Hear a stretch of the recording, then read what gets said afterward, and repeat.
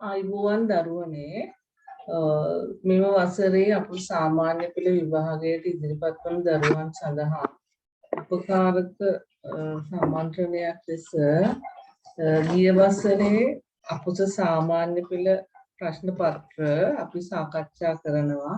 අද දින සාකච්ඡා කරන්නේ 2020 සාමාන්‍ය පෙළ විභාගයේ ප්‍රශ්න පත්‍රයයි. එතකොට විද්‍යාව ප්‍රශ්න පත්‍රයේ පළමු ප්‍රශ්න පත්‍රය මේ පළමු ප්‍රශ්න පත්‍රයේ ප්‍රශ්න 40ක් තියෙනවා. මේ ප්‍රශ්න 40 දැන් අපි සාකච්ඡා කරමු. පළවෙනි ප්‍රශ්නය ජීවයේ මූලික ව්‍යුහමය හා කෘත්‍යමය ඒකකය වන්නේ.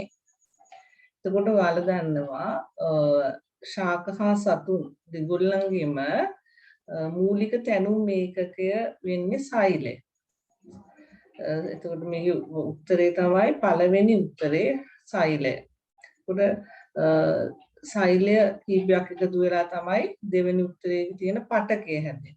පටක එකතු වෙලා ඉන්ද්‍රිය හැදෙනවා, අවයව හැදෙනවා, අවයව එකතු වෙලා ඉන්ද්‍රිය හැදෙනවා, ඉන්ද්‍රියන් එකතු වෙලා තමයි අපේ ශරීරයේ පද්ධති හැදිලා තියෙන්නේ.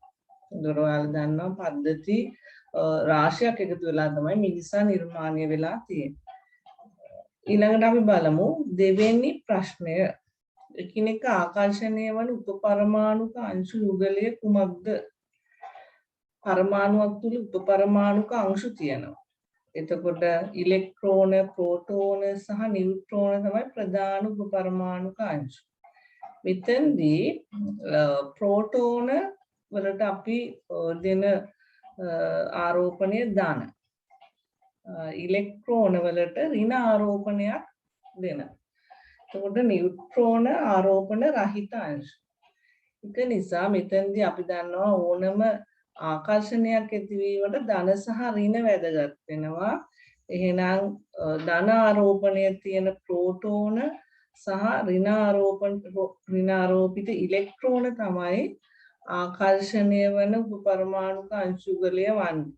උත්තරය 2 ඉලෙක්ට්‍රෝන හා ප්‍රෝටෝන. ඊළඟට අපි බලමු තුන්වෙනි ප්‍රශ්නේ ගම්‍යතාවයේ ඒකකය කුමක්ද? ගම්‍යතාවයේ ඒකකය. ගම්‍යතාවය හැදෙන්නේ ස්කන්ධය සහ ප්‍රවේගය එකිනෙකට ගුණ කිරීමෙන් තමයි අපිට ගම්‍යතාවය ලබා ගන්න පුළුවන් වෙලා තියෙන්නේ. එතකොට සම්මත ඒකක තමයි අපි මෙතනදී පාවිච්චි කරන්න ඕන. ඒකකයේ ස්කන්ධයට කිලෝග්‍රෑම්, ප්‍රවේගය අපි දන්නවා සම්මත ඒකකය තමයි ms ඍණ 1. එතකොට උත්තරේ 1 kg ms ඍණ 1. ඒ කියන්නේ පළවෙනි උත්තරේ. ගම්‍යතාවයේ ඒකකයේ පළවෙනි උත්තරේ. ඊළඟට 4. 4 රූප සටහන් 3ක් තියෙනවා. ඒ රූප සටහන් A B C ලෙස නම් කරලා තියෙනවා. A B C පිළිවෙලින් මොනවද කියලා තමයි අහන්නේ නේද? එතකොට අපි දන්නවා පළවෙනි මේකේ තියෙන පේශි පටක. පේශි පටක වර්ග 3ක් තියෙන්නේ. එතකොට ඔයාලා අඳුරගන්නේ පළවෙනියට තියෙන සිනිඳු පේශි පටකය. සිනිඳු පේශි පටකයේ තියෙන ගොඩක් වෙලාවට අපේ ශරීරයේ අභ්‍යන්තර ව්‍යුහව නේද? කුඩාන්ත්‍රය, මහාන්ත්‍රය, ඒ වගේ අන්ත්‍රවල තියෙනවා සිනිඳු පේශි. එතකොට ඒකේ තියෙන එක න්‍යෂ්ටියයි මේ විදිහට තාරකා හැදිති සෛල තියෙන සිනිඳු පේශි තමයි පළවෙනියට තියෙන්නේ. B තියෙන්නේ කංකාල පේශි. කංකාල පේශි දෙවෙනියට තියෙනවා. හෘදයේ තියෙන හෘද පේශි තමයි තුන්වෙනියට තියෙන්නේ. එතකොට කංකාල පේශි ගොඩක් වෙලාවට අපේ ශරීරයේ අවයව වල අපිට දැනීම තියෙන ස්ථානවල තමයි කංකාල පේශි තියෙන්නේ. ඒ කියන්නේ අත්පාවල ඒ වගේ ස්ථානවල කංකාල පේශි දකින්න පුළුවන්. හෘදයේ ආශ්‍රිතව තියෙන හෘද පේශි. එතකොට උත්තරේ පිළිවෙලින් සිනිඳු පේශි, කංකාල පේශි සහ හර්බ් පේශි කියන උත්තරේ තමයි අපිට එන්නේ. උත්තරේ 3. ඊළඟට 5 පහළ දැක්වෙන අණු අතරින් වැඩිම සහසංයුජ බන්ධන සංඛ්‍යාවක් සහිත අණුව කුමක්ද? එතකොට සහසංයුජ බන්ධන කියන දේ ඔයාලා දන්නවා. ඒ බන්ධනවල ඉලෙක්ට්‍රෝන පොදුවේ තියාගෙන තියෙන සහසංයුජ බන්ධන. එතකොට ඔක්සිජන් O2 හැදිලා තියෙන්නේ ඒ වගේ සහසංයුජ බන්ධන දෙකක්. N2 වල සහසංයුජ බන්ධන තියෙන්නේ එකක්. Na3 වල සහසංයුජ බන්ධන 3ක් තියෙනවා. නයිට්‍රජන් පරමාණුවට හයිඩ්‍රජන් පරමාණු 3ක් සම්බන්ධ වෙලා තියෙනවා. CO2 වලට අපි දන්නවා සහසංයුජ බන්ධන දෙකක් තියෙනවා. කාබන් පරමාණුවක් ඔක්සිජන් පරමාණු දෙකක් සමග සහසංයුජ බන්ධන දෙකකින් බැඳිලා තියෙනවා. එතකොට N2 වලට සහසංයුජ බන්ධන 1යි, O2 වලට සහසංයුජ බන්ධන 2යි. එතකොට මේකේ උත්තරේ වෙන්නේ සහසංයුජ බන්ධන වැඩිම ගාණක් තියෙන්නේ NH3. තුන්වෙනි උත්තර. ඊළඟට 6 සූර්යාගේ සිට පෘථුවියට තාපය සංක්‍රමණය වන්නේ. සූර්යාගේ ඉඳලා පෘථුවියට තාපය සංක්‍රමණය වන ක්‍රමය තමයි අපි දන්නවා විකිරණය. ඒකට උත්තරය 6-1. විකිරණය මගින් තමයි. මොකද සූර්යාගේ ඉඳලා පෘථුවියට එනකොට ගොඩක් වෙලාවට අපි අභ්‍යවකාශය කියලා හඳුන්වන්නේ. අභ්‍යවකාශයේ වාතය රහිතයි.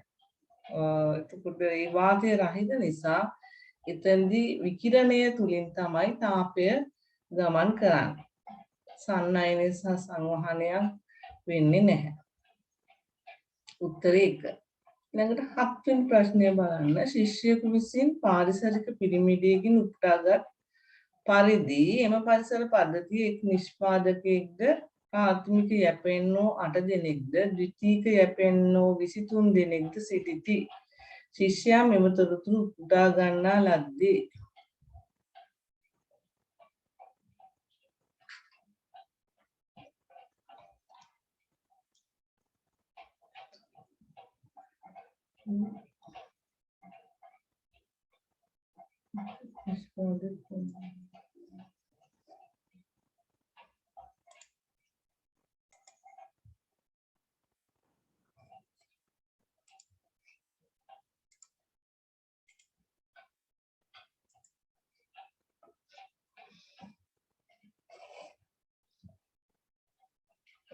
හත්වෙනි ප්‍රශ්නේ උත්තරය තමයි අපි ශිෂ්‍යයෙක් විසින් පාරිසරික පිරමිඩයකින් තමයි මේක උපුටගෙන තියෙන්නේ. මේ පද්ධතියේ ඉඳලා තියෙන්නේ නිෂ්පාදකයෝ එක්කෙනෙක් කියලා තියෙනවනේ. නිෂ්පාදකයෙක් යැපෙන්නෝ නිෂ්පාදකයෝ කියලා කියන අපි දන්නවා හරිත ශාක නේද?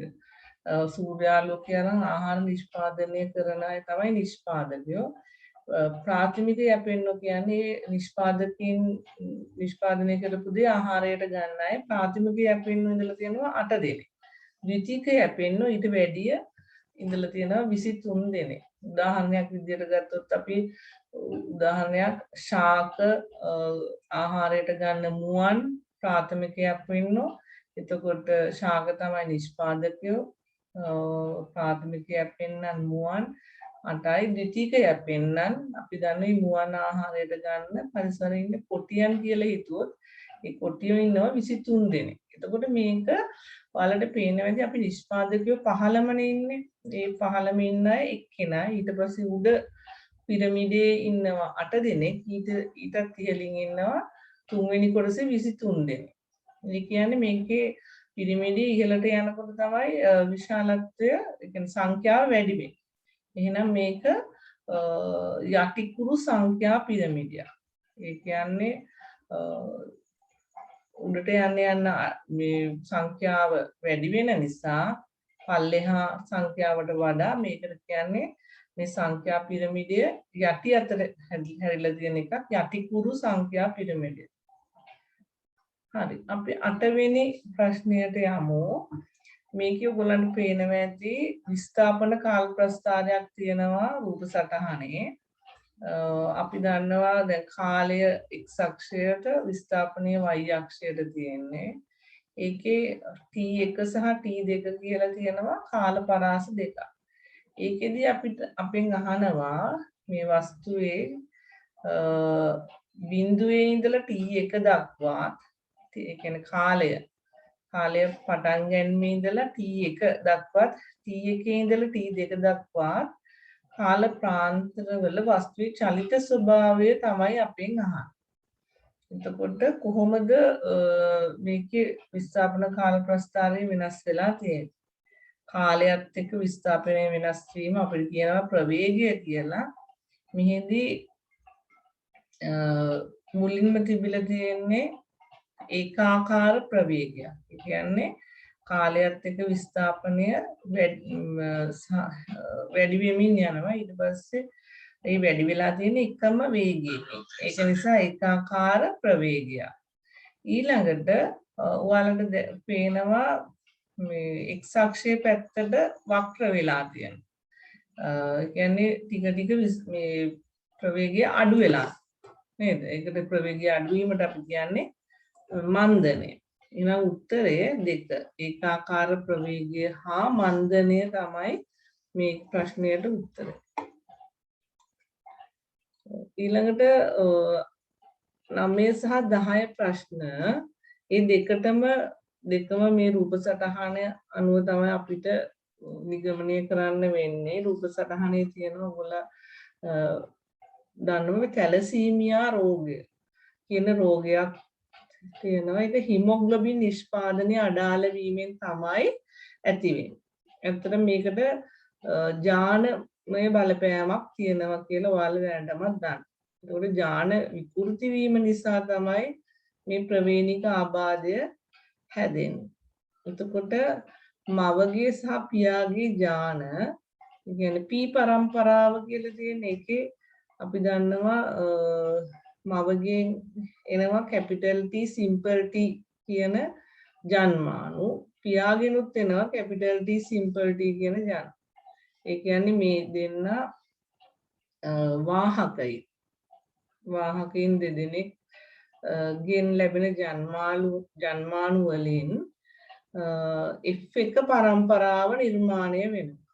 ඒ කියන්නේ ළමයින්ට මෙම ජාන කොහොමද යන්නේ කියන්නේ F1 පරම්පරාව. එතකොට F1 පරම්පරාවට අයත් ජාන වලින් තැලසීමියා රෝගියෙකු හැදෙන්න නම් මේ නිලීන ජාන සිම්පල් T කියන්නේ නිලීනනේ මවගෙන් සහ පියාගෙන් ලැබෙන නිලීන ජාන දෙක මගින් තමයි එහෙම ජීවියෙක් නිර්මාණය වෙන්නේ. එතකොට ඔයාලට පේනවා සිම්පල් T ලැබෙන්නේ මෙතනදී එක්කෙනෙක්ට විතරයි මේ ජානවල. ඒ කියන්නේ කැපිටල් D කියන අවස්ථාවේදී තමයි තැලසීමියා රෝගියෙක් මේ ජන්මාණු වලින් නිර්මාණය වෙන්නේ. එතකොට උත්තරේ F1 පරම්පරාවට අයත් තැලසීමියා රෝගියෙකු වන්නේ D. ඊට පස්සේ බලන්න 10 වෙනි ප්‍රශ්නයෙන් අපෙන් අහනවා F1 පරම්පරාවට අයත් තැලසීමියා රෝගීන් නිරෝගී වාහකයින් සහ නිරෝගී පුද්ගලයන් අතර අනුපාතය. එතකොට මෙතනදී නිරෝගී පුද්ගලයන් ලැබෙන්නේ 3ට 1යි. නේද? ඒ කියන්නේ 1යි. වාහකයින් තමයි දෙන්නෙක්ම ලැබෙන්නේ. කැපිටල් T සිම්පල් T දෙකක් ලැබෙනවා කියලා දැනටමත් ඔයාලට පේනවා මේ රූප සටහනෙන්. ඒ වගේම රෝගී පුද්ගලයන් එක්කෙනෙක් ලැබෙනවා. එතකොට උත්තරේ තමයි රෝගීන් එක්කෙනයි නිරෝගී රෝගවාහකයින් දෙන්නයි ඊට පස්සේ නිරෝගී පුද්ගලයන් එකයි. ඒක තමයි උත්තර. හරි ඊළඟට අපි බලමු 11. යම් වස්තුවක විස්ථාපනයේ විශාලත්වය පිළිබඳව සෑම විටම සත්‍ය වන ප්‍රකාශය කුමක්ද? යම් වස්තුවක විස්ථාපනය කියලා කියන්නේ අපි දන්නවා දුර සහ විස්ථාපනය වල ඉගෙනගෙන තියෙනවා. විස්ථාපනය කියලා කියන්නේ යම්කිසි අපි ගමනාන්තය ගත්තොත් ඒ ගමනාන්තය ගමන් කරන්න පුළුවන් කෙටිම දුර තමයි අපි දන්නේ කෙටිම දුර තමයි විස්ථාපනය. එතකොට අපි දන්නවා මේක කෙටිම දුර වෙන්නත් පුළුවන් ඒ වගේම මේ දුරට සමාන දුරක් වෙන්නත් පුළුවන්. ඒක නිසා විස්ථාපනයේ විශාලත්වය පිළිබඳ හැම විටම සත්‍ය වෙන ප්‍රකාශය චලනය වෙච්ච දුරට එක්ක සමාන වෙන්න පුළුවන්. එහෙම නැත්නම් බොහෝ විට අඩු දුරක් තමයි විස්ථාපනයට ලැබෙන්නේ. චලනීය දුරට සමාන හෝ අඩුයි කියන එක තමයි උත්තරේ. 4 උත්තරේ. ඊළඟට අපි 12 වෙනි ප්‍රශ්නයට යමු. X හා Y නම් මූලද්‍රව්‍ය පරමාණු වල ඉලෙක්ට්‍රෝන වින්‍යාසයේ පිළිවෙලින් 281 287 වෙන මූලද්‍රව්‍ය යුගලය පිළිබඳ පහත් ප්‍රකාශ වලින් අසත්‍ය කුමක්ද? එතකොට ඔයගොල්ලන්ට තේරෙනවා X කියන්නේ මේ මූලද්‍රව්‍යයේ අවසාන කවචයේ තියෙන එක ඉලෙක්ට්‍රෝනය. ඒක නිසා ඒක පළවෙනි කාණ්ඩයට අයිති මූලද්‍රව්‍ය. Y කියන මූලද්‍රව්‍යයේ අවසානයට තියෙනවා අවසාන කවච ඉලෙක්ට්‍රෝන 7ක් තියෙන නිසා මේකේ 7 වෙනි කාණ්ඩයට අයිති මූලද්‍රව්‍ය. X පළවෙනි කාණ්ඩේ Y 7 වෙනි කාණ්ඩේ කියලා මේ ඉලෙක්ට්‍රෝන වින්‍යාසය බැලුවම අපිට කියන්න පුළුවන්. උඩ මේ මූලද්‍රව්‍ය පිළිබඳ අසත්‍ය ප්‍රකාශය තමයි අපින් අහන්නේ. බලමු පළවෙනි එක ආවර්තවගුවේ එකම ආවර්තයේ පිහිටයි. ඔව් එකම ආවර්තයේ නම් ඒ කවච තුනක් තියෙනවා දෙන්නට X සහ Y. ඒක නිසා එකම ආවර්තය කියන එක හරි. ඊළඟට ආවර්තවගුවේ එකම කාණ්ඩේ ඒක වැරදි. එක පළවෙනි කාණ්ඩේ අනිත් එක 7 වෙනි කාණ්ඩේ. එතකොට ඒක අසත්‍ය. අසත්‍ය ප්‍රකාශය තමයි එහෙනම් දෙවෙනි උත්තරේ. අපි අනිත් උත්තරත් බලමු. 3 අයනික බන්ධන සාධමින් රසායනික සංයෝජනය වේ. හරි. එතකොට අයනික බන්ධන හදන්න අපි දන්නවා ඉලෙක්ට්‍රෝන මූලද්‍රව්‍ය දෙකෙන් එකක් ඉලෙක්ට්‍රෝන පිට කරනවා අනිත් එක ඉලෙක්ට්‍රෝන ලබා ගන්න. මෙතනදී X ඉලෙක්ට්‍රෝනය පිට කරනවා Y ඉලෙක්ට්‍රෝනය ලබා ගන්න.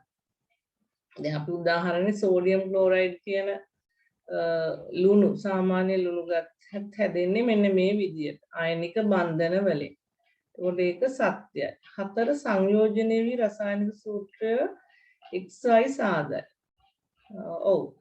එතකොට සංයුජතාවය දෙකේම එක නිසා සංයුජතාවය දෙකේම එකයි. එතකොට එක ඉලෙක්ට්‍රෝනයක් තමයි මේ මාරු වීම සිද්ධ වෙන්නේ. එතෙන්දී අපි සූත්‍රයක් හදනකොට සූත්‍රයේ මේ විදිහට X සහ Y කියන සංයෝගය තමයි සාධන්නේ. ඔයාලා එක දන්නවා ඉලෙක්ට්‍රෝන අපි ඉස්සෙල්ලා ඉහළින් ලියා ගන්නවා මාරු වෙන ඉලෙක්ට්‍රෝන. එතකොට X වලින් එකක් සංයුක්තාවය එකයි Y වල සංයුක්තාවය එකයි. එන සෑදෙන සංයෝගයේ සංයුක්තා මාරු කරාවත් හැදෙන්නේ XY කියන සංයෝගය. අසත්‍යක තමයි අහන්නේ. අසත්‍ය පිළිතුර අපි දැන් තෝරගත්ත 2. ඔක්සිජන් වායුව ග්‍රෑම් 64ක අඩංගු ඔක්සිජන් අණු සංඛ්‍යාව කොපමණද කියලා තමයි අහන්නේ. එතකොට අපි දන්නවා ඔක්සිජන්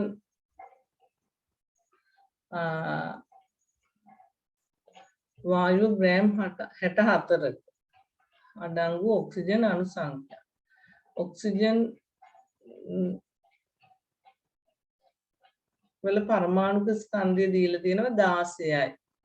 එතකොට ඔක්සිජන් අණුවේ අණුක ස්කන්ධය 32යි. නේද? මෙතනදී ග්‍රෑම් 64ක් තියෙනවා ඔක්සිජන් වායු. එහෙනම් අපි දන්නවා ඔක්සිජන් අණු මවුලයක තියෙන්නේ ග්‍රෑම් 32යිනේ.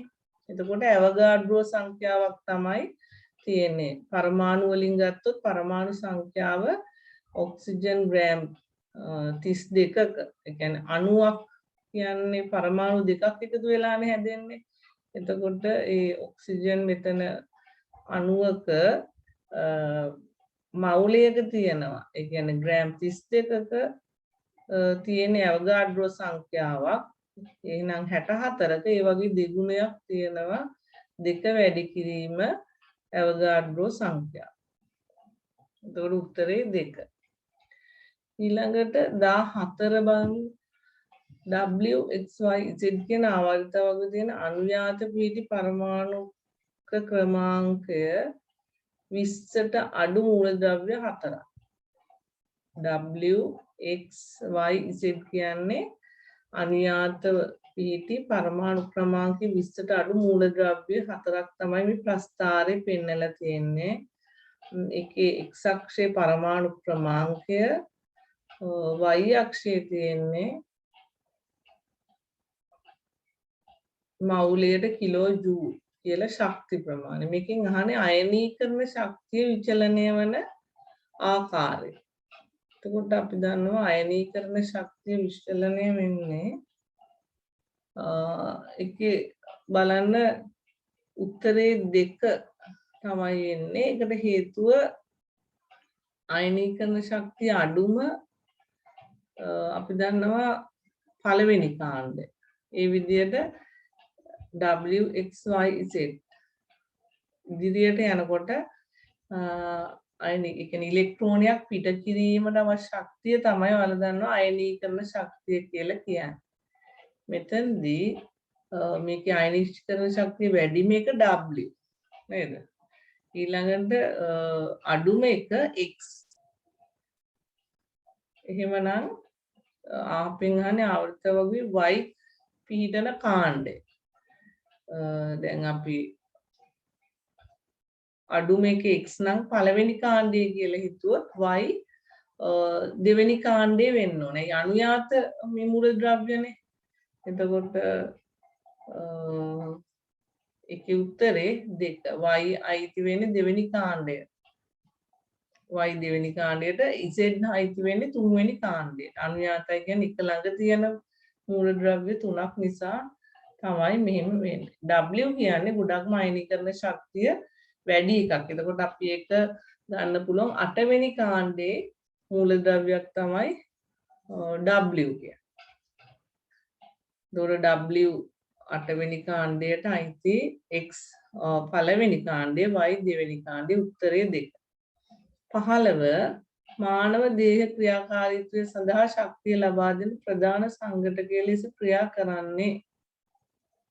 ඔයාලා දන්නා අපේ ශරීරයට ශක්තිය ලබා දෙන පෝෂක ද්‍රව්‍ය වලින් පොඩි කාලේ ඉඳලා ඉගෙනගෙන තියෙනවා මේක කාබෝහයිඩ්‍රේට් වලින් අපිට ශක්තිය ලබා දෙනවා. ඊට අමතරව ලිපිඩ කියන සංයෝගිනුත් අපිට ශක්තිය ලබා දෙනවා. එහෙනම් මේ ප්‍රධාන සංඝටක දෙක විදියට ගන්න පුළුවන් අපේ ශරීරයට ශක්තිය ලබා දෙන කාබෝහයිඩ්‍රේට් සහ ලිපිඩ. 16 බලන්නකෝ. පුද්ගලයෙකුගේ රුධිරයේ ග්ලූකෝස් මට්ටම ප්‍රශස්ත මට්ටමට වඩා වැඩි වී ඇත. ඔහු විසින් පරිභෝජනය අවම කළ යුත්තේ පහත කුමන ආහාර? ග්ලූකෝස් මට්ටම ප්‍රශස්ත මට්ටමට වඩා වැඩි වුණා. එතකොට අපි මේක දියවැඩියාව ලෙස හඳුන්වනවානේ. රුධිරයේ ග්ලූකෝස් මට්ටම වැඩි වීම සාමාන්‍ය අගයට වැඩිය. එතකොට දියවැඩියා රෝගියෙක් ගත්තොත් අපි ඔහු විසින් මේවයින් මොනවද ආහාරයට ගන්න ඕන දේවල් අඩුවෙන්ම ආහාරයට ගන්න. මස් වල තියෙන ප්‍රෝටීන් නේද? එතකොට ග්ලූකෝස් අඩුයි. ඒ නිසා මස් ගත්තට ප්‍රශ්නයක් නැහැ. කිරිත් ප්‍රෝටීනමය ආහාරයක්. කාබෝහයිඩ්‍රේට් එහෙම නැත්නම් පිෂ්ඨය අඩුයි. මුං ඇටත් ධාන්‍යමය ආහාරයක්. මුං ඇට වලත් පිෂ්ඨය අඩුයි. ඒ කියන්නේ ලැබෙන ග්ලූකෝස් ප්‍රමාණය අඩුයි. ඒක නිසා මුං ඇට ආහාරයට ගත්තට ප්‍රශ්නයක් නැහැ. පාන් වල අපි දන්නවා අධික කාබෝහයිඩ්‍රේට් ප්‍රමාණයක් තියෙනවා.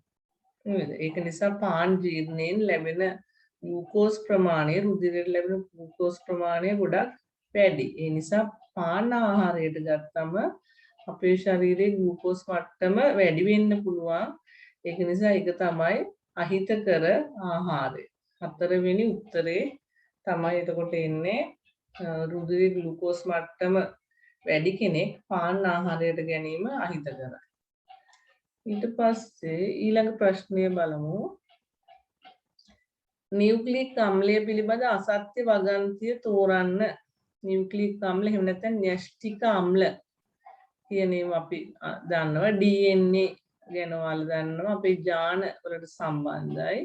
එතකොට මේ ජානවල කැණුම් මේකකය තමයි නියුක්ලියෝටයිඩ. එතකොට පළවෙනි උත්තරේ කැණුම් මේකකය නියුක්ලියෝටයිඩ කියන එක ඒක හරි. පළවෙනි උත්තරේ හරි. අපෙන් අහන්නේ අසත්‍යයක. දෙක ස්වභාවික බහු අවයවී. එතකොට හරි. මොකද අපේ ශරීරයේ තියෙන දෙයක් නේ. ඒතර ස්වභාවික බහු අවයවයක් DNA කියන්නේ. ඊළඟට ප්‍රවේණික තොරතුරු ගබඩා කරයි. ඔව්.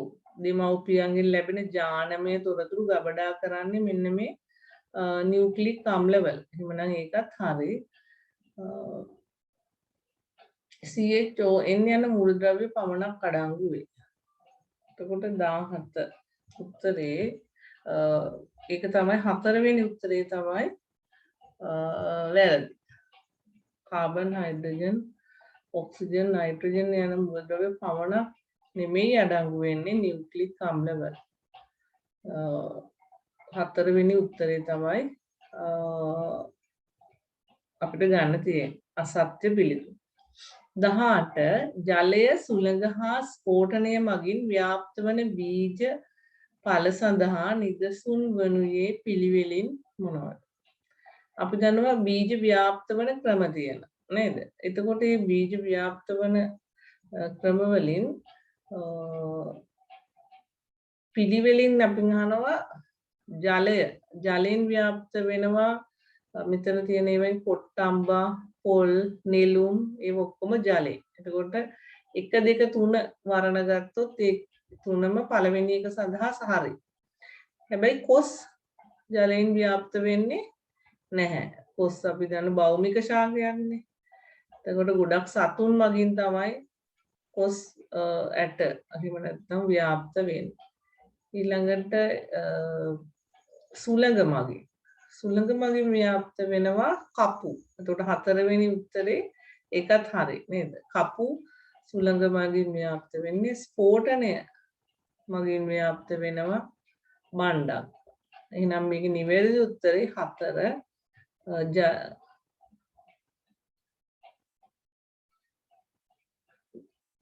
ජලය සුළඟ ස්ෆෝටනය මගින් ව්‍යාප්ත වන ඵල සහ බීජ නිදසුන් වනුයේ. උත්තරය ජලය සුළඟ සහ ස්ෆෝටනය. එතකොට ජලය මගින් ව්‍යාප්ත වෙනවා කොට්ටම්බ පොල් නෙළුම්. මේ තුනම හරි. 1 2 3 උත්තරවල පළවෙනි එක හරි. දෙවෙනි එකේ බලමු සුළඟ. හොර සුළඟ මගින් වරා සුළඟ මගින්. හැබැයි එඬරු සුළඟ මගින් නෙවෙයි. එතකොට 1 3 උත්තර අපිට දැනට නිවැරදි. ඊළඟට බලමු ස්ෆෝටනය. ස්ෆෝටනය මගින් ව්‍යාප්ත වෙන්නේ රබර්. අඹ වැරදි නේද? අඹ සතුන් මගින්. එහෙනම් මේකේ 18 වෙනි ප්‍රශ්නෙට උත්තරය වෙන්නේ 3. පොල් පරා රබර්. හරි. ඊළඟට අපි බලමු 19. පිකිනිවැල හරහා මවගෙන් භ්‍රූණයට ගමන් නොකරන්නේ මින් කුමක්ද? එතකොට පිකිනිවැල හරහා තමයි මවත් භ්‍රූණයත් අතර සම්බන්ධය සිදු වෙන්නේ. එතකොට ඒ හරහා පෝෂක ආහාර ගමන් ගන්නවා. මව ගන්න ආහාර වල ඒ පෝෂක ද්‍රව්‍ය ගමන් ගන්නවා, ඔක්සිජන් ගමන් ගන්නවා. ඒ වගේම රෝගකාරකත් ගමන් ගන්න පුළුවන්. විස බීජ ඒ රෝගීකාරක බැක්ටීරියා, වෛරස් වගේ දේවල් උත් ගමන් ගන්න පුළුවන්. හැබැයි රුධිරය හුවමාරු වෙන්නේ නැහැ මවත් භ්‍රූණයත් අතර. එහෙනම් උත්තරේ 19 20 පූර්ණ අභ්‍යන්තර පරාවර්තන සංසිද්ධිය දැක්වෙන කිරණ සටහන කුමක්ද? එතකොට පූර්ණ අභ්‍යන්තර පරාවර්තනය කියලා කියන්නේ ආලෝක කිරණයක් ගහනතර මාධ්‍යක ඉඳලා විරලතර මාධ්‍යයකට ගමන් ගන්නකොට සම්පූර්ණයෙන්ම ගහනතර මාධ්‍යයේ පතන කිරණයයි පරාවර්තන කිරණයයි දෙකම තියෙන්න ඕන. ඒ කියන්නේ ආපසු ගමන් කිරීමක් වෙන්නේ. පතන කිරණය නැවත එම කෝණයෙන්ම ආපසු ගහනතර මාධ්‍යයට ගමන් කිරීමක් සිද්ධ වෙන්න ඕන. එතෙන්දි වෙන්නේ මෙතෙන්දි වර්තනේ අපි දන්නවා ගහනතර මාධ්‍යයේ ඉඳලා විරල මාධ්‍යයකට වර්තනය වෙනකොට ඒ වර්තනය වන කෝණේ වැඩිම අගයක් වුණාම තමයි මේ විදිහට පතන කෝණේ වැඩිම අගයකින් ගමන් කරාම තමයි පූර්ණ අභ්‍යන්තර පරාවර්තනය සිද්ධ වෙන්නේ. උඩ නැවත ආපහු වීදුරු වලට ගමන් කරන කිරණයක් තියෙන්නේ 1 හා 2. ඒකෙනොත් අපිට පේනවා ඒ කෝණ දෙක සමාන වෙනවා. පතන කෝණයයි පරාවර්තන කෝණයයි සමාන වෙලා තියෙන අවස්ථාව අපි ගත්තොත් 20 උත්තරේ තමයි තියෙන්නේ. අර දෙවෙනි උත්තරේ කෝණවල වෙනසක් තියෙනවා සමාන නැහැ. එහෙනම් නිවැරදිම උත්තරේ 21.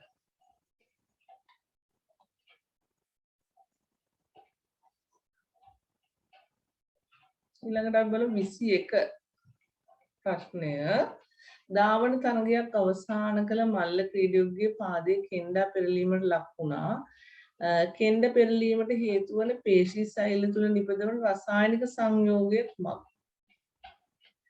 මෙහිදී කෙන්ඩ පෙරලීමක් සිද්ධ වෙනවා. ඇත්තටම ඒ අවශ්‍ය ඔක්සිජන් සහ ග්ලූකෝස් මෙතනදී වැඩිපුර වැය වෙනවා. වේග ධාවන තරගයකට. එතකොට එතෙන්දී ඒ නිසියාකාරව දහනයක් වුණ නැති වුණාම ඔක්සිජන් ප්‍රමාණය මදි වුණාම සෛලය ඇතුලේ ඒ දහනය වෙන්න නිපද වෙන්නේ ලැක්ටික් අම්ලය කියන සංයෝගය. එතකොට කාබන් ඩයොක්සයිඩ් කියන එක වැරදි. ඉහළ මධ්‍යසාර නිපද වෙන්නේ ඒකත් වැරදි. ඇසිටික් අම්ලයත් නිපද වෙන්නේ. ලැක්ටික් අම්ලය කියන සංයෝගය තමයි මෙතනදී නිපද වෙන්නේ. 3. 22 අචලතාපී සත්‍යයකු සහ චලතාපී සත්‍යයකු වන්නේ පිළිවෙලින්.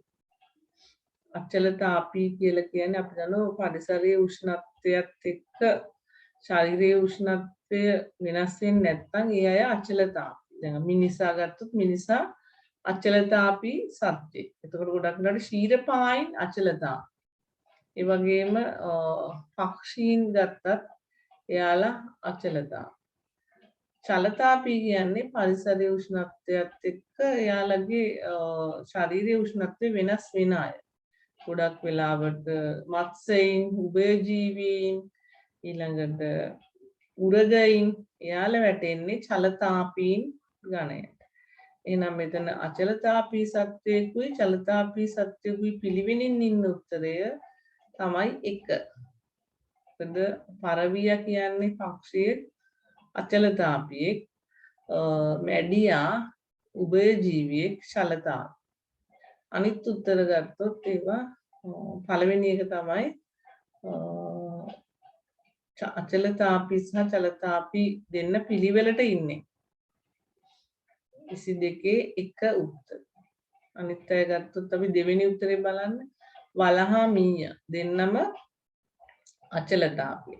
ගැරන්ඩියා තල්මා දෙන්නම චලතාපී. දෙන්නෙක් ඉන්නේ අන්තිම උත්තරේ කිඹුලා ඉබ්බා. ඒ දෙන්නම චලතාපී. එහෙනම් අපෙන් අහන ප්‍රශ්නෙට නිවැරදි උත්තරේ 1. 23 වෝල්ට් 1.5ක විද්‍යුත්ගාමක බලයක් සහිත වියලි කෝෂය දෙකකින් වෝල්ට් 3ක වෝල්ටීයතාවයක් ලබා ගැනීම සඳහා යොදාගත හැකි සැකසුම කුමක්ද කියලා අහන්නේ. එතකොට අපි දන්නවා විද්‍යුත්ගාමක බලය කෝෂ දෙකක් මෙතන පළවෙනි එක සමාන්තරගතව සම්බන්ධ කරාම විද්‍යුත්ගාමක බලය භාගයට බහිනවා. ඒ කියන්නේ එක වෝල්ට් 1.5 සමාන්තරගතව සම්බන්ධ කරාම වෝල්ට් 3ක් එන්නේ නැහැ. 1.5යි. ඒ විදිහට මේක බලන්න ශ්‍රේණිගතව සම්බන්ධයක් තියෙන්නේ අපිට පේනවා නිවැරදිව ශ්‍රේණිගත සම්බන්ධයක් තියෙන උත්තරේ තමයි අපි තෝරන්න ඕන. එතකොට 23 ගත්තොත් ඔයාලට පේනවා නිවැරදිව ශ්‍රේණිගත සම්බන්ධයක් තියෙන්නේ තුන්වෙනි උත්තරේ. ඒ කියන්නේ විද්‍යුත්ගාමක බලය සහිත වියලි කෝෂ දෙකක් නිවැරදිව ශ්‍රේණිගතව සම්බන්ධ කරාම තමයි අපිට වෝල්ට් 3ක වෝල්ටීයතාවයක් ලබා ගන්න පුළුවන්. උත්තරේ 3. ඊළඟට 24 බලන්න. සිසිල් ජලය සමග ප්‍රතික්‍රියා නොකරනමුත් උණු ජලය සමග ප්‍රතික්‍රියා කරන ලෝහය. සිසිල් ජලය සමග ප්‍රතික්‍රියා කරන්නේ හැබැයි උණු ජලය එක්ක ප්‍රතික්‍රියා කරනවා. දැන් අපි දන්නවා සෝඩියම් කැබැල්ලක් ජලයට දැම්මොත් ඔයාලා විද්‍යාගාරයේ පරීක්ෂණය කරලා තියෙනවා නම් ඊටාම ශීඝ්‍රව ප්‍රතික්‍රියා කරනවා. සෝඩියම් කැබැල්ලෙන් ඊටාම කුඩා ප්‍රමාණයක් මුං ඇටයටත් වඩා අඩු ප්‍රමාණයක් ඇල් ජලයට දැම්මම ඒකේ සූහඬ නගමින් වේගයෙන් දහනයක් වෙනවා සෝඩියම් සිසිල් ජලයෙන්. හැබැයි මැග්නීසියම් සීතල වතුරට දැම්මට අපිට වෙනසක් හඳුනගන්න බෑ. හැබැයි උණු ජලයේදී මැග්නීසියම් බුබුලු කීපයක් උණු ජලයත් සමග ප්‍රතික්‍රියා කරනවා. ඒකෙන් අපිට පේනවා වායු බුබුලු පිටවෙමින් ප්‍රතික්‍රියා කරනවා. ඇලුමිනියම් උණු ජලයට දැම්මත් ප්‍රතික්‍රියා කරන්නේ නැහැ. එතකොට කැල්සියම් උත් එහෙමයි. එහෙනම් උත්තරේ 2 මැග්නීසියම් තමයි සිසිල් ජලයේදී ප්‍රතික්‍රියා කරන්නේ උණු ජලයේදී ප්‍රතික්‍රියා කරනවා. කැල්සියම් සාමාන්‍ය සීතල ජලයේදී ප්‍රතික්‍රියා කරන නිසා ඒ උත්තරේ අපිට ගන්න බෑ. ඔයාලා දන්නවා දැන් හුණු ගල් කියලා කියන්නේ කැල්සියම්. කාබනේට් ඒවා මේ සිසිල් ජලයේදී අපි ජලය දැම්මම ප්‍රතික්‍රියා කරනවා. ඒක නිසා ඒ උත්තරෙත් වැරදි. හරි උත්තරේ තමයි 2 සිසිල් ජලයේ එක්ක ප්‍රතික්‍රියා කරන්නේ නැති නමුත් උණු ජලය සමග ප්‍රතික්‍රියා කරන මෙතන තියෙන එකම ලෝහය මැග්නීසියම්. ඊළඟට 25 වෙනි ප්‍රශ්නේ COVID-19 වෛරසය පිළිබඳ නිවැරදි ප්‍රකාශය කුමක්ද? එක ආලෝක අන්වීක්ෂණයෙන් නිරීක්ෂණය කළ හැකිය. බැහැ නේද? වෛරස් ආලෝක අන්වීක්ෂණයෙන් අපිට නිරීක්ෂණය කරන්න අපහසුයි. 2 පරිවෘත්තීය ක්‍රියා සිදු කරයි කියලා තියෙනවා. එතකොට මේක වෛරස් එකක්. අපෙන් අහන නිවැරදි පිළිතුර වැරදි. මේක දෙවෙනි උත්තරේ වැරදි. 3 DNA සහිත න්‍යෂ්ටියක් දරයි. DNA නෙමෙයි RNA සහිත න්‍යෂ්ටියක් දරන්නේ. එතකොට ජීවි මෙන්ම අජීවී ලක්ෂණ පෙන්වයි.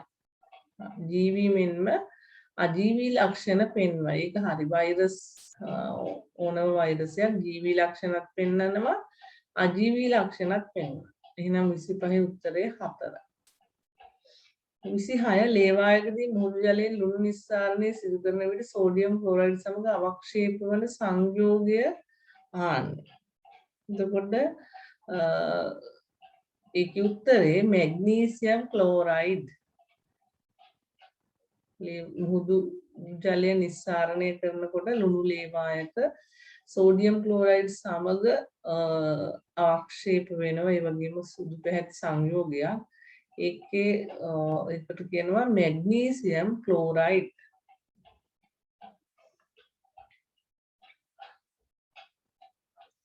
විසිහත ජලය මගින් එක්තරා වස්තුවක් මත යෙදෙන උපරිම උඩුකුරු තෙරපු වස්තුවේ බරට වඩා අඩුයි. එවිට වස්තුව ඒ කියන්නේ ජලයේ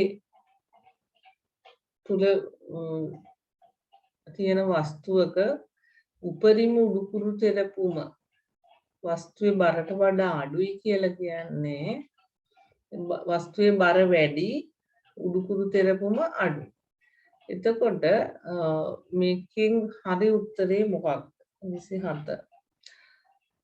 එතකොට අපි දන්නවා උඩුකුරු තෙරපුම අඩුයි කියන්නේ මේක පහ වෙන්නේ නැහැ නේද? උඩුකුරු තෙරපුම අඩු නම් වස්තුවේ බරට වඩා මේක ඉපිලීමක් සිද්ධ වෙන්නේ නැහැ. එහෙනම් සම්පූර්ණයෙන්ම ජලයේ ගිලීමක් තමයි සිද්ධ වෙන්න ඕන. එතකොට උත්තරේ 4 සම්පූර්ණයෙන්ම ජලයේ ගිලේ. 28 මානව ආහාර ජීර්ණ පද්ධතියටත් මානව ශ්වසන පද්ධතියටත් පොදු කොටස කුමක්ද? අපි දන්නවා ශ්වසන පද්ධතියට මුඛය අයිති වෙන්නේ නැහැ, අන්න ස්රෝතය අයිති වෙන්නේ නැහැ. ඒවා අයිති වෙන්නේ ජීර්ණ පද්ධතියට.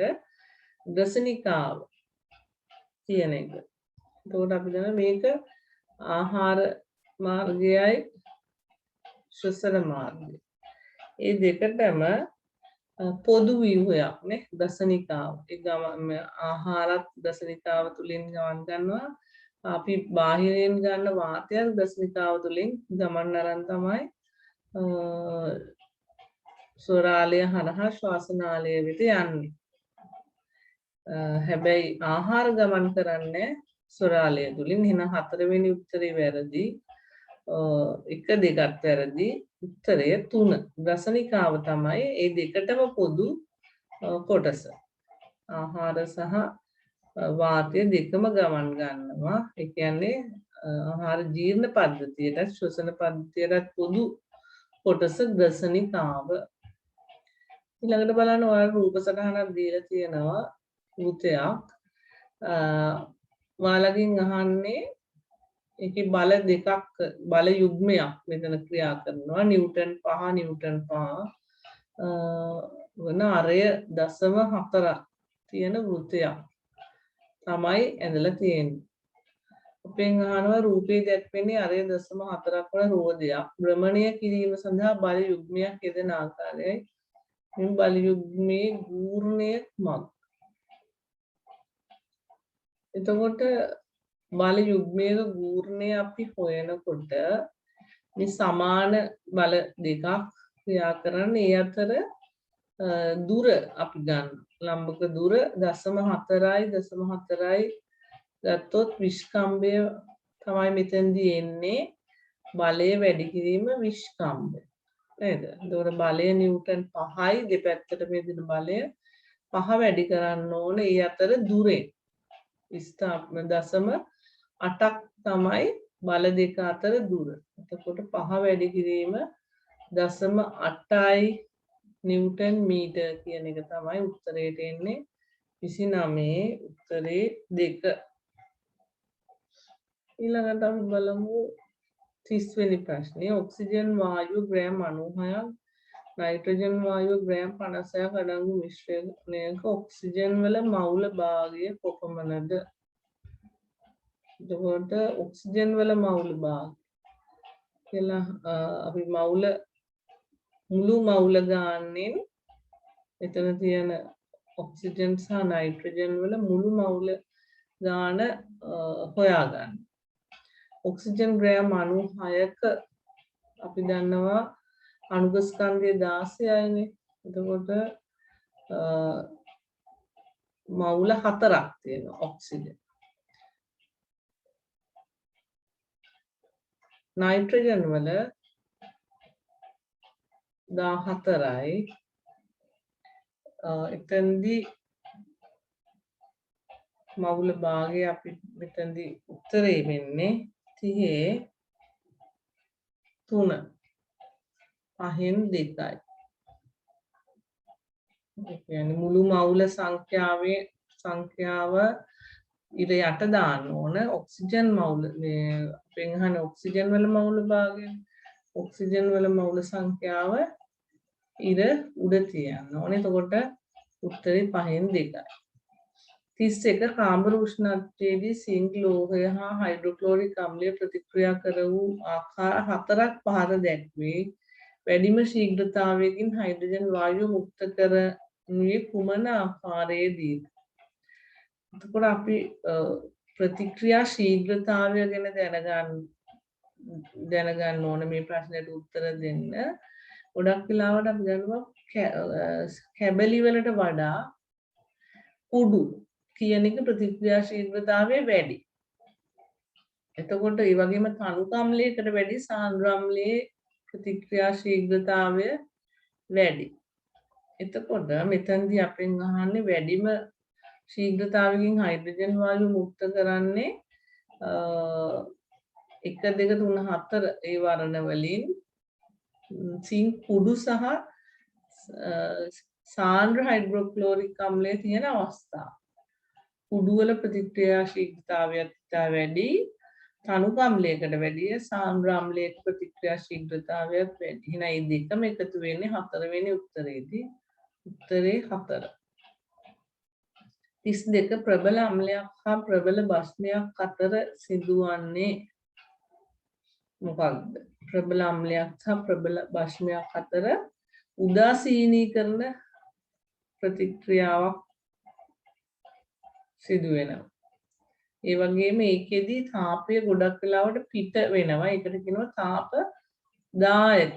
තාප දායකයි රත් වීමක් වෙනවා නම් අපි දන්නවා අම්ල බාෂ්ම අතර ප්‍රතික්‍රියාවකදී මේ රත් වීමක් සිදු වෙනවා. ඒ කියන්නේ තාපය පිටතට පිට වෙනවා. තාප දායකයි ඒ වගේම උදාසීනයක් සිදු වෙනවා. ලවණයක් තමයි මෙතනදී හැදෙන්නේ. ඒක නිසා ඒක උදාසීන කරන ප්‍රතික්‍රියාවක්. උත්තරේ 2. 32 උත්තරේ 1. පළවෙනි උත්තරය. 33 රූපී ආකාරයට අයි විද්‍යුත් ධාරාවක් රැගෙන යන සන්නායකයක් චුම්බක ක්ෂේත්‍රයේ ලම්බකව තබලා තියෙනවලු. තිරස් රේඛා මගින් චුම්බක ක්ෂේත්‍රයේ දිශාව දැක්වී එවිට සන්නායක මත ක්‍රියා කරන බලයේ දිශාව. එතකොට මේක 33 කඩදාසිය තලයට ලම්බකව තලයක් තුලට තමයි දිශාව ලැබෙන්නේ. කඩදාසිය එතකොට ඔයාලා ෆ්ලෙමින්ගේ වමත් නියමය අනුව ධාරාව චුම්බක ක්ෂේත්‍රය වම් අතින් ලම්බකව තියාගත්තම චලනය බලය යොදන්නේ කඩදාසිය තුලට. ෆ්ලෙමින්ගේ වමත් නියමය අනුව ඔයාලා වම් අතේ මහපට ඇඟිල්ල, දබර ඇඟිල්ල සහ මැදගිල්ලෙන් ධාරාව චුම්බක ක්ෂේත්‍රයේ දබර ඇඟිල්ලෙන් බලය මහපට ඇඟිල්ලෙන් නිරූපණය කරාම මේ කඩදාසිය තුලට තමයි බලය ක්‍රියාත්මක වෙන්නේ.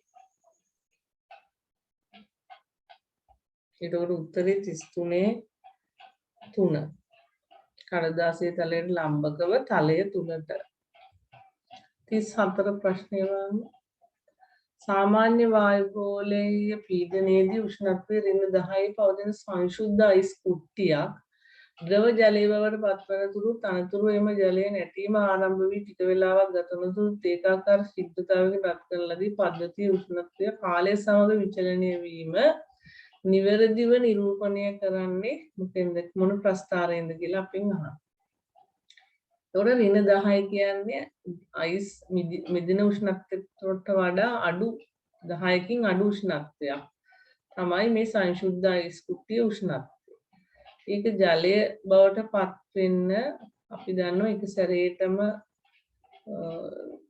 වෙන්නේ උෂ්ණත්වය ටික ටික අඩු වෙන්න ඕන ජලය බවට පත් වෙන්න. ඊට පස්සේ සෙල්සියස් අංශක බිඳුවේදී අයිස් සෙල්සියස් අංශක බිඳුවේ ජලය බවට පත් වෙනකොට කාලය ගමන් කරනවා. හැබැයි එක සැරේටම ජලය බවට පත් වෙන්නේ නැහැ. එතකොට දෙවෙනි උත්තරේ බලන්න. දෙවෙනි උත්තරේ තියෙනවා ඍණ 10 ඉඳලා බිඳුව වෙනකන් උෂ්ණත්වය ඉහළ යන අවස්ථාව. එතෙන්දී ඊට පස්සේ බිඳුවේ ඉඳලා කාලය ගමන් කරලා තියෙනවා. හැබැයි උෂ්ණත්වය බිඳුවේමයි තියෙන්නේ. ඒ කියන්නේ විලීන ජලය බවට පත් වෙනකොට කාලය ගියාට ඒකේ උෂ්ණත්වයේ වෙනසක් වෙන්නේ නැහැ. අයිස් ජලය බවට පත් වෙන අවස්ථාව. ඊළඟට බිඳුවේ ජලය 100 සෙල්සියස් අංශක 100 ජලය බවට පත් වෙනකොට ඉහළ නැග්මක් තියෙන උෂ්ණත්වයේ නැවත සෙල්සියස් 100ට වඩා වැඩිපුර රත් කරනකොට උෂ්ණත්වය ඉහළ යෑමක් වෙන්නේ නැහැ. එහෙනම් මේකේ 34 උත්තර තමයි දෙවෙනි උත්තර.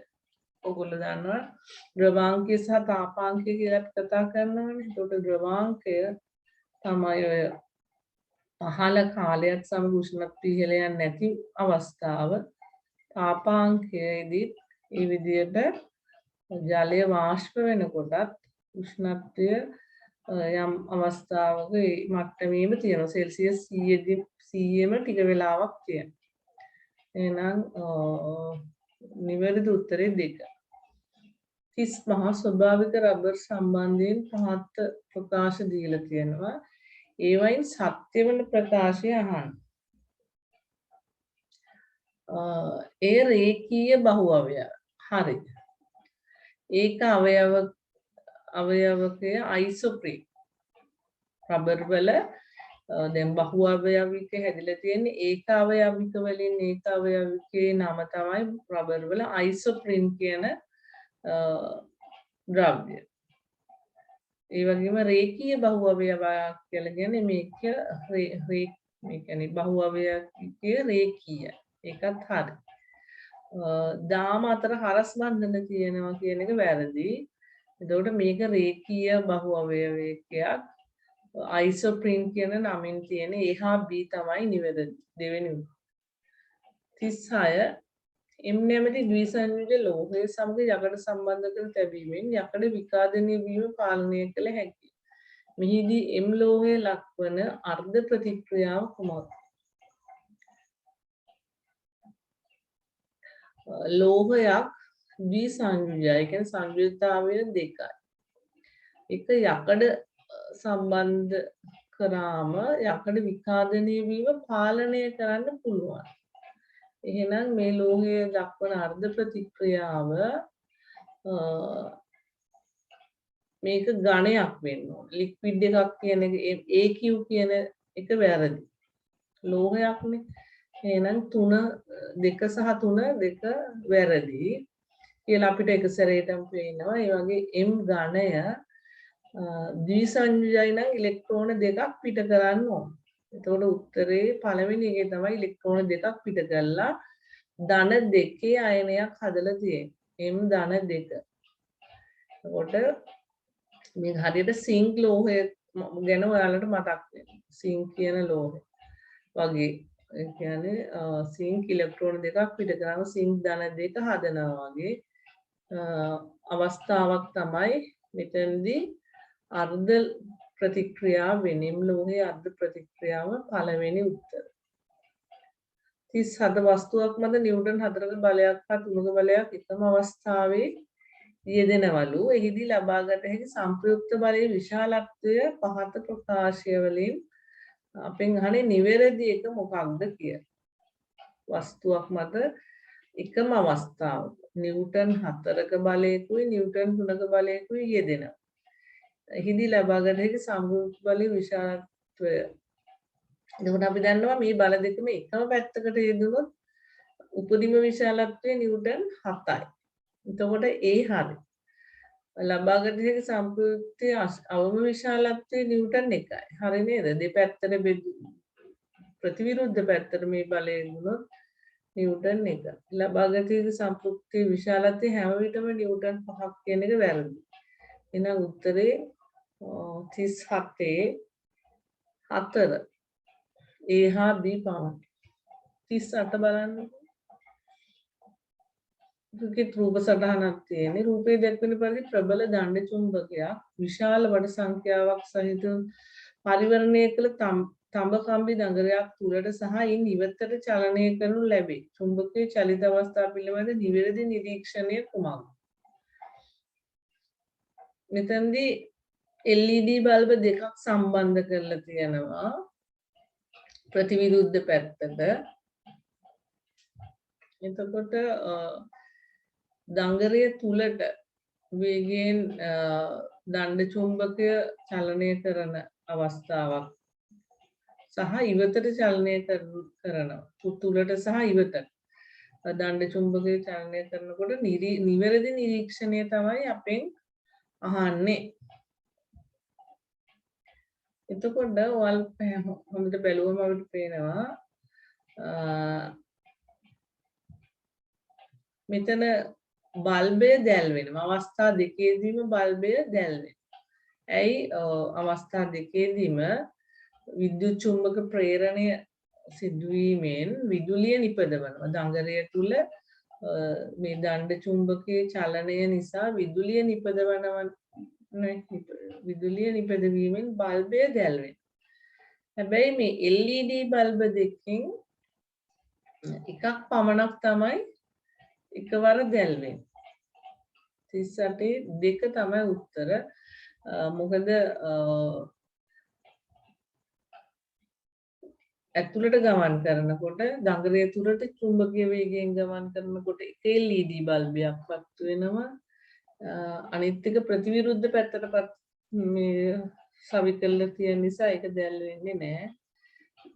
ඉවතට ගමන් කරනකොටත් එක බල්බයක් දැල් වෙනවා. එහෙනම් අවස්ථා දෙකේදීම බල්බය දැල් වෙනවා. LED බල්බ දැල් වෙන්නේ එකක් පමණයි. 39 පහත ප්‍රකාශ බලන්න. ඒ ආහාර දාමයක් ඔස්සේ ජෛව එක්රැස්වීම සිදුවේ. විෂ රසායනික දූෂක වැඩි වශයෙන් සාන්ද්‍රගත වන්නේ ආහාර දාමයක ඉහළ පෝෂී මට්ටම් වල. එතකොට අපි දන්නවා ආහාර දාමයක් ඔස්සේ තමයි ජෛව එක්රැස්වීම සිද්ධ වෙන්නේ. ඒක හරි. විෂ රසායනික දූෂක දැන් අපි ගත්තොත් ඔය කැඩ්මියම් වගේ විෂ දූෂක ඒවා ඉහළට යන්න සාන්ද්‍රගත වෙනවා. දැන් අපි කෘමිනාශක ඒ වගේ දේවල් වලත් අධික දූෂක වගේ ඒවා ඉහළට යන්න. දැන් ජලාශයකට උදාහරණයක් ඒ ජලාශයේ ජලජ ශාක වලට වඩා වැඩියෙන් මාළුන්ගේ තියෙනවා. ඒ දූෂක මාළුන්ට වඩා වැඩියෙන් ඒ ආහාරය ගන්න ඒ මාංශ භක්ෂක සතුන්ගේ තියෙනවා. එතකොට උත්තරේ B හරි. A හා B ප්‍රකාශ දෙකම සත්‍යයි. උත්තරේ 1. 40 අන්තිම ප්‍රශ්න බලමු. වැවක් අසල පුවරුවක ප්‍රදර්ශනය කර තිබූ ටැංකියක් මෙම වැවේ ජලය කොළ පාට කළේ ඔබයි කියන පුවරුවක් තියෙනවා. මේ ආශ්‍රිතව සිදුවන පහත කුමන මිනිස් ක්‍රියාකාරකමද මේකට බලපාලා තියෙන්නේ කියලා අපෙන් අහනවා. වැව් ඉස්මත් එලිපෙහෙලි කිරීම, මාළු ඇල්ලීම නිසා ඇල්ගී ගහනය වැඩිවීම, වාහන සේදීම නිසා තෙල් හා ග්‍රීස් එකතු වීම, මල හා බහිස්රාවී අපද්‍රව්‍ය ජලයට එකතු වීම. අපි දන්නවා කොළ පාට වෙලා නම් ඒකට ඇල්ගී ගහනය තමයි වැඩි වෙලා තියෙන්නේ.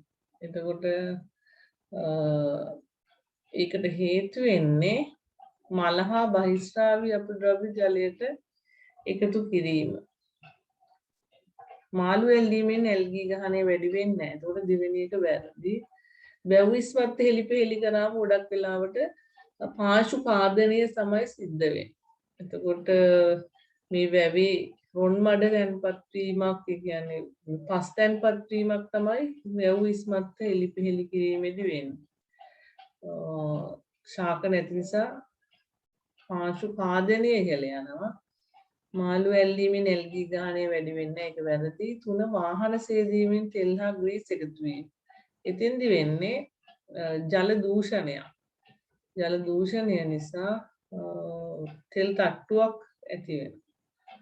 එතකොට මල හා බහිස්රාවී අපද්‍රව්‍ය ජලයට එකතු කිරීම තමයි උත්තරේ. ඒකෙන් තමයි ගොඩක් වෙලාවට මේ තත්ත්වය ඇති වෙන්නේ. උත්තරේ 4.